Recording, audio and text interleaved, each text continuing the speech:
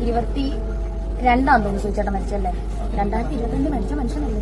ഇതിന്റെ തന്ത ഞാനായിരുന്നെങ്കിൽ, എന്നെ അച്ഛാന്ന് വിളിച്ചിരുന്നെങ്കിൽ, ഇതിന്റെ തന്ത ഞാനായിരുന്നെങ്കിൽ ഇതിനെ തല്ലിക്കൊന്ന് ഞാൻ എന്നേ ജയിലിൽ കയറിയത്. പിന്നെ തെളിവുകൾ, എത്ര പ്രതിഫലം, ഏതെല്ലാം ജോലികൾ ചെയ്യും, ബ്രോക്കറുടെ ഡീറ്റെയിൽ. നമസ്കാരം കൂട്ടുകാരെ, നമ്മളിപ്പോൾ ജീവിക്കുന്നത് 2026-ലാണ്. ലോകം എങ്ങോട്ടൊക്കെയോ കുതിക്കുന്നുണ്ട്. പക്ഷേ നമ്മുടെ സോഷ്യൽ മീഡിയ മാത്രം എപ്പോഴും ഒരു ടൈം മെഷീന് ചുറ്റും കറങ്ങുകയാണ്. കൊല്ലം സുധി മരിച്ച് 3 വർഷം തികയാൻ പോകുമ്പോഴും ആ പേരും പറഞ്ഞ് വ്ലോഗ് ചെയ്യുന്ന രേണു സുധിക്ക് മാത്രം വർഷങ്ങൾ തെറ്റുന്നു. 2023 നടന്ന വിയോഗം 2022 പറിച്ചു നട്ട രേണുവിന്റെ ആ ഒരു അസാമാന്യ ബുദ്ധിശക്തിയെ നമുക്കൊന്ന് അഭിനന്ദിച്ചേ പറ്റൂ. എന്നൊരാളുടെ വീഡിയോയുടെ അടിയിൽ വന്നൊരു കമന്റാണ്, സുധി എന്ന് പറഞ്ഞൊരു വ്യക്തി ഭയങ്കരമായിട്ട് മദ്യപിക്കുന്ന ഒരാളും അതുപോലെ തന്നെ പലരുടെ അടുത്തുനിന്ന് കടം മേടിച്ച് നടന്നിട്ടിരുന്ന ആളാണ്. അയാളുടെ മരണത്തിന് ശേഷമാണ് എല്ലാവരും അയാളെ പുകഴ്ത്തുന്നതും കാര്യങ്ങൾ ചെയ്യുന്നതും. അതിൽ എന്തെങ്കിലും യാഥാർത്ഥ്യം ഉണ്ടോ വെച്ച്? കാരണം അത് സുചേട്ടനെ ഇഷ്ടപ്പെടുന്ന ഒരുപാട് ആൾക്കാരുണ്ട്, അവർക്കൊന്ന് ക്ലിയർ ആകാൻ വേണ്ടിയാണ്. 2026, 2026, 2025, 2024, 2023 ഈ 2022 തോന്നുന്നു സുചേട്ടൻ മരിച്ചല്ലേ. 2022 മരിച്ച മനുഷ്യനല്ലേ. അതിനകത്ത് ഈ കമന്റിന് എന്ത് പ്രസക്തി? മരിച്ചവരെ നമുക്ക് സമാധാനത്തിലുള്ളതാണ്. അതിനെപ്പറ്റി നമുക്ക് കേൾക്കാം. 2026 ആയില്ലേ. രേണു അതിൽ ചോദിക്കുന്ന കേട്ടില്ലേ, ഇപ്പോൾ 2026 ആയില്ലേ എന്ന്. അതേ രേണു, 2026 ഇപ്പോൾ. പക്ഷേ 2026 ഇരുന്നു കൊണ്ട് ഒരാൾ സ്വന്തം ഭർത്താവ് മരിച്ച വർഷം തെറ്റിച്ചു പറയുന്നത് കേൾക്കുമ്പോൾ മലയാളികൾക്ക് അതൊരു വെറും മറവിയായിട്ട് തോന്നുന്നില്ല, മറിച്ച് അതിലെ അമിത അഭിനയമായിട്ടാണ് തോന്നുന്നത്. കാരണം സുധിച്ചേട്ടനെ ഓർത്ത് ദിവസവും കണ്ണീർ വാർക്കുന്ന ഒരാൾക്ക് ആ ഒരു കറുത്ത ദിവസം, അതായത് ജൂൺ 5, 2023 എങ്ങനെ മറക്കാൻ പറ്റും? അതോ ഓരോ വിവാദം ഉണ്ടാകുമ്പോഴും സുധിച്ചേട്ടന്റെ ആ ഒരു പേരുണ്ടല്ലോ, അതൊരു കവചമാറ്റി ഉപയോഗിച്ച് തടി തപ്പുന്നതാണോ നിങ്ങളുടെ സ്ഥിരം ശൈലി? മരിച്ചവരവിടെ സമാധാനമായിട്ട് ഉറങ്ങട്ടെ എന്ന് പറയുന്ന നിങ്ങൾ തന്നെയാണ് ഓരോ ദിവസവും അദ്ദേഹത്തെ ക്യാമറയ്ക്ക് മുന്നിലേക്ക് വലിച്ചിഴക്കുന്നത്. എന്നാലും സുധിച്ചേട്ടന് വേണ്ടിയിട്ടാണ് എന്ന് എപ്പോഴും വാദോരാതെ പറഞ്ഞിരുന്ന രേണുവിനാണ് ഇത്തരം ഒരു അബദ്ധം പറ്റിയിരിക്കുന്നത്. എന്തായാലും രേണു പറയുന്ന ഈ കാര്യങ്ങള് സോഷ്യൽ മീഡിയ അത് വെറുതെ കേട്ടുകൊണ്ടിരിക്കില്ല. ട്രോളർമാർ ഇതിന്റെ പിറകെ തന്നെ നടപ്പുണ്ട്. അതായത് പറയുന്ന കാര്യങ്ങൾ വളരെ സൂക്ഷിച്ചു വേണം ഓരോന്ന് പറയാൻ. അല്ലാതെ സുചേട്ടൻ മരിച്ചത് 2022 എന്നൊക്കെ പറയുമ്പോൾ വർഷം എത്രയായി? ഇപ്പോൾ 2026 ആയതേ ഉള്ളൂ. ഈ ഒരു 3 വർഷം പോലും ആയില്ല അദ്ദേഹം മരിച്ചിട്ട്. അതിനിടയ്ക്ക് ആ ഒരു തീയതി പോലും ഓർത്തു വെക്കാൻ പറ്റുന്നില്ല എന്ന് പറഞ്ഞാൽ ഇതിൽ പരം നാണക്കേട് എന്ന് പറയുന്നത് ഏറെയൊന്നുമില്ല. ഇനിയാണ് നമ്മുടെ അടുത്ത ഒരു പോരിനെ കുറിച്ച് സോഷ്യൽ മീഡിയയിൽ വലിയ രീതിയിൽ ചർച്ചയാവുന്നത്. ശാന്തിവിള ദിനേശും അതുപോലെ തന്നെ നമ്മുടെ രേണുവും തമ്മിൽ നടക്കുന്ന ഒരു യുദ്ധം. ശാന്തിവിള ദിനേശ് എന്താണ് പറഞ്ഞത്? അദ്ദേഹം ഒരു നടി ഗൾഫിൽ കാണിക്കുന്ന വിക്രയകളെ കുറിച്ച് അദ്ദേഹം പറഞ്ഞിരുന്നു. പേരൊന്നും പറഞ്ഞിട്ടില്ലായിരുന്നു, പക്ഷേ രേണുവിന് അത് കൃത്യമായിട്ട് കൊണ്ടു. തേങ്ങാക്കട്ടവന്റെ തലയിൽ ചകിരി എന്ന് കേട്ട് സ്വന്തം തലയിലുണ്ടോ എന്ന് തപ്പി നോക്കിയ രേണുവിനെയാണ് നമ്മൾ അവിടെ കണ്ടത്. ശാന്തിവിള ദിനേശൻ അപ്പൂപ്പ, കുറെ ആയാലോ താൻ എന്നെ പറ്റി പറയാൻ തുടങ്ങിയിട്ട്. എനിക്ക് നാണമില്ലേ? താൻ എന്നെ തൈക്കളവിന്ന് വിളിക്കാൻ? താൻ എടോ, എനിക്ക് 34 വയസ്സേ ഉള്ളൂ. താൻ തൈക്കളവിന്ന് വിളിക്കാൻ നാണമാകുന്നില്ല അപ്പൂപ്പ താങ്കൾക്ക്? ഞാൻ പറഞ്ഞല്ലോ ദുബായ് റിട്ടേൺ തനിക്ക് അയച്ചു തന്നെന്ന്. ഞാൻ തുണി പറിച്ച് നൃത്തം ചെയ്യുന്ന വീഡിയോ താനെന്ന് ധൈര്യം ഉണ്ടെങ്കിൽ സോഷ്യൽ മീഡിയ ഇടണം. അവതാരക പെണ്ണും ഒരു ഉർവശി നടിയും ഗൾഫിൽ കാട്ടിക്കൂട്ടുന്ന വിക്രികൾ നമ്മൾ കഴിഞ്ഞ പാരഫലത്തിൽ പറഞ്ഞിരുന്നു. ഉർവശി നടി ചാടിയും ഇറങ്ങി തേങ്ങ മോഷ്ടിച്ചവന്റെ തലയിൽ ചകിരി കാണുമെന്ന് ഒരു ചായക്കടയിൽ ഇരുന്ന ഒരാൾ പറഞ്ഞു. ഈ മോഷ്ടിച്ചവൻ പതുക്കെ എന്റെ തലയിലുണ്ടോ എന്ന് തപ്പിയതുപോലെ എന്താ പറയാ, ഇത് ഞാനാണ് എന്നാണ് അവർ പറയുന്നത്. അവരെയാണ് പറഞ്ഞതെന്നാണ് പറയുന്നത്. ആ ഉടുതുണി പറച്ചെറിയൽ കഥ പോലും ഇത് എന്നെ തന്നെയാണ് പറയുന്നതെന്ന് ഉർവശി നടി അറഞ്ചം പുറഞ്ചം എന്നെ ശകാരിച്ചുകൊണ്ട് പറയും. മറുപടി പറയണ്ട, അതുകൊണ്ടാണ് ഞാൻ മറുപടി പറയാതിരുന്നത്. എന്നെ അപ്പൂപ്പ എന്നാണ് വിളിക്കുന്നത്. ദിനേശ് അപ്പൂപ്പ എന്നാണ് വിളിക്കുന്നത്. പിന്നെ അത് കഴിഞ്ഞാൽ കുറെ തെറികളും. അപ്പൂപ്പനാകുന്നത് മോശം കാര്യമാണോ എന്ന് എനിക്കറിയില്ല. ഇവർക്ക് അപ്പൂപ്പൻ ഇല്ലേ എന്ന് എനിക്കറിയില്ല. ഞാന് അഭിമാനത്തോടെ പറയുന്നു, 2.5 വയസ്സുള്ള ഒരു ആൺകുട്ടിയുടെ അപ്പൂപ്പനെന്നോ അച്ചാച്ചനെന്നോ പറയാവുന്ന ആളാണ്. ഇതൊന്നും ഒരു രഹസ്യമല്ലല്ലോ. അതിൽ സന്തോഷിക്കുന്ന ആളാണ് ഞാൻ. കാരണം ഒന്നുമില്ലെങ്കിൽ ഞാനൊരു അപ്പൂപ്പനായില്ലേ അല്ലെങ്കിൽ അച്ചാച്ചനായില്ലേ എന്നാണ് സത്യമായിട്ടും എന്റെ മനസ്സിലുള്ളത്. ഭാഗ്യത്തിന് ഈ പെണ്ണുപിള്ള എന്നെ അച്ഛനെന്നോ മാമാന്നോ വിളിക്കാത്തത് ഭാഗ്യമായി.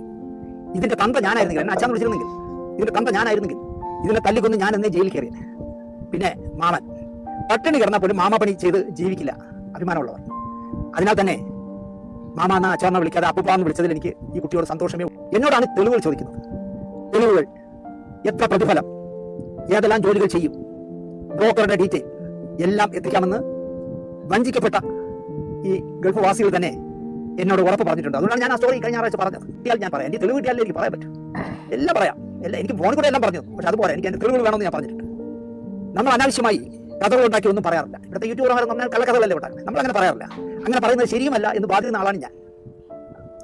കാൾ ഡസൻ കല്യാണം കഴിഞ്ഞ ഒരു വധവൽ പെണ്ണ് തിരിച്ചു വന്ന് ഇറങ്ങുന്നുവെങ്കിൽ ഇവൾ ആര് ഐശ്വര്യ റായി ആണോ എന്ന് അല്ലെങ്കിൽ മഞ്ജു വാര്യരാണോ എന്ന് ചിന്തിക്കുക സ്വാഭാവികമാണ്. കോമൺ സെൻസ് ഉള്ളതാണ് ചിന്തിക്കുക.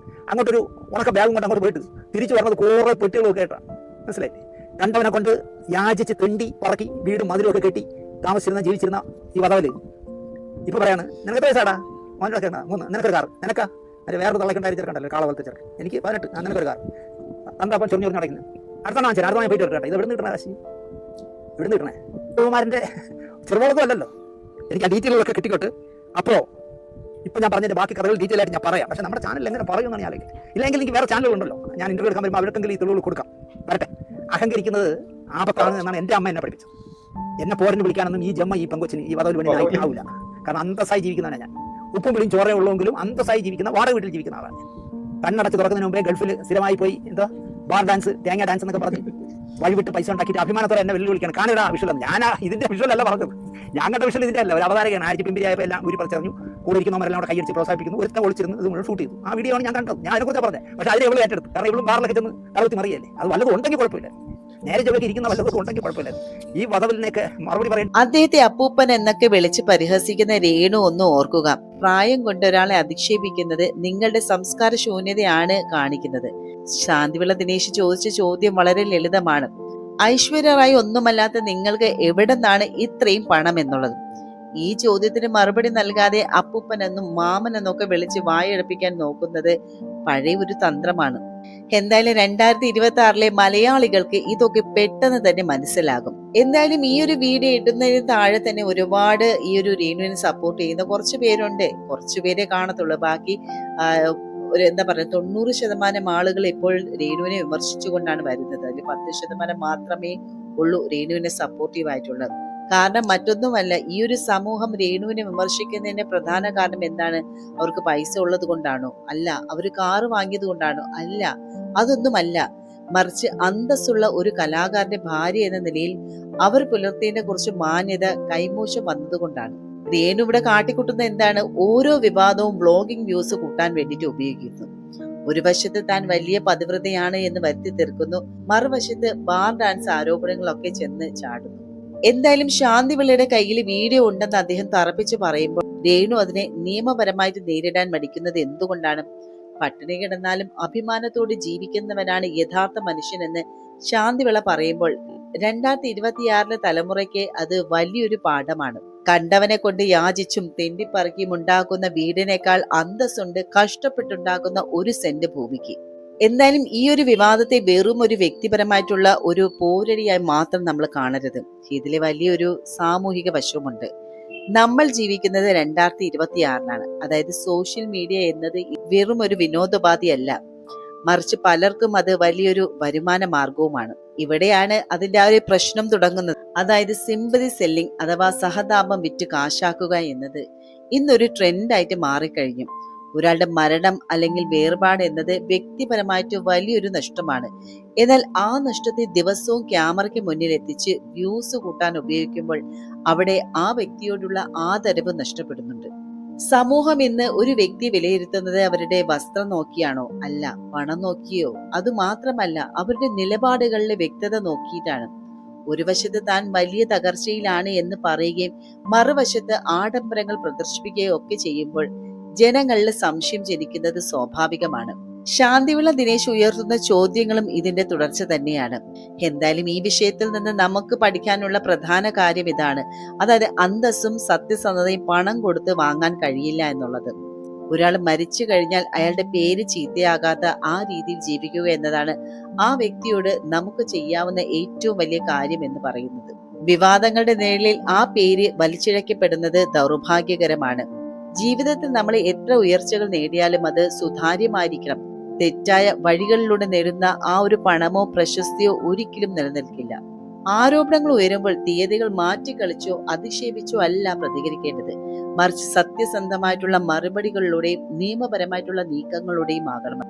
2026 ഈ കാലഘട്ടത്തിൽ സ്ക്രീനിൽ കാണുന്നതെല്ലാം വിശ്വസിക്കുന്നവരായിട്ട് പ്രേക്ഷകർ മാറരുത്. ഓരോ വാർത്തയ്ക്കും പിന്നിലെ സത്യം തിരയാൻ നമ്മളും ശീലിക്കണം. രേണുസുതി ആയാലും ശരി, ശാന്തിവിള ദിനേശ് ആയാലും ശരി, സത്യം എന്തായാലും പുറത്തു വരും. അതുവരെ നമുക്ക് കാത്തിരിക്കാം. എന്തായാലും നിങ്ങളുടെ അഭിപ്രായങ്ങൾ ഈ ചർച്ചയിൽ വളരെ പ്രധാനമാണ്. ആരെയാണ് നിങ്ങൾ പിന്തുണയ്ക്കുന്നത്? അല്ലെങ്കിൽ ഈ വിവാദത്തെക്കുറിച്ച് നിങ്ങളുടെ കാഴ്ചപ്പാട് എന്താണ്? താഴെ കമന്റ് ചെയ്യാൻ മറക്കരുത്. കൃത്യമായിട്ടുള്ള വാർത്തകളും വിശകലനങ്ങളുമായിട്ട് നമ്മൾ വീണ്ടും കണ്ടുമുട്ടും. അതുവരെ നന്ദി, നമസ്കാരം.